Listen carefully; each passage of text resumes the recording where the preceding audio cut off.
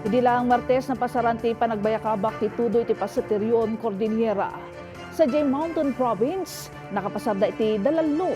Ada detalye ni Angel Kim Pengosro.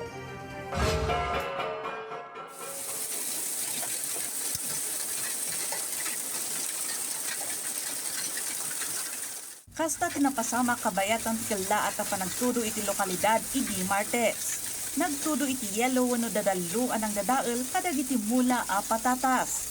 Makita kadagiti ladawan ti nakaro apan nakadadael ti mula ti may sa Amannalon sa Sadsadan Bauco Mountain Province, gapoy tinapigsa dadallo at mama iti lugar da.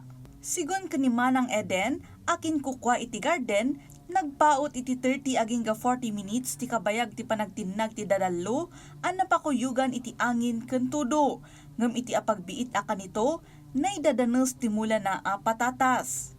Sigon pay ken kuana, apektado dametlaeng iti andap a napasaran mano abulanen ti napalabas. Adda dagiti natay amula da ken addamet dagiti nag-survive. Ngem ita ang nakarecover da manipod iti andap, simmarunumet ti dadallo. Isuakid daw na iti Department of Agriculture ti greenhouse, tapno maprotektaran dagiti mulada. May isa daytoy kadagiti karit asang sangwen dagiti mannalon, gapo iti pabaliw-baliw a kondisyon ti panawen. Ayan, malaki ng falls namin dito. Ayan, ang laki ng ulan kasi kaya yon, chocolate ng tubig. Daytoy mo tinapasaran iti may sa Akarayan iti Mountain Province. A post ni Domi iti social media, makita nga arig na nagbalin na chocolate ti disuor ang nagapu kadagiti vegetable farms. Sigon iti pag-asa, tikang runaan ang mga papektar iti lokalidad ket ti Easterlies. Ang talagang majority na nakakapekto dito sa Baguio City, especially Baguio City, yung easterlies. So itong easterlies na ito, sa umaga hanggang hapon ay ito yung mainit na temperatura na nararanasan natin. But this is the the start of the activity of the development of cloudiness, yung mga kaulapan natin.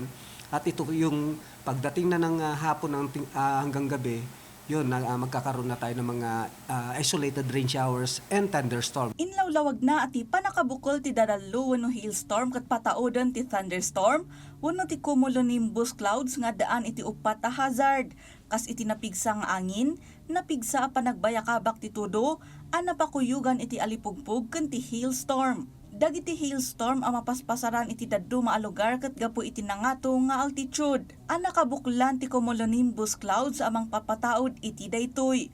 Kadaw yan ang mabukol ti babasit nga ice a pataodon ti moisture wenno linaaw.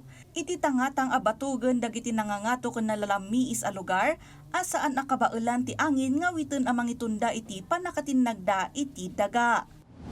Lalo kung mababa yung cumulonimbus clouds natin, o yung thunderstorm natin, hindi pa siya parang malalaking butil ito na bumabagsak sa kalupaan, at dahil we are in the high altitude, bago pa man matunaw itong mga bobong yelo na to, mayroon pa ring natitirang mga counting mga yelo, mga butil na yelo, yung tinatawag nating hail.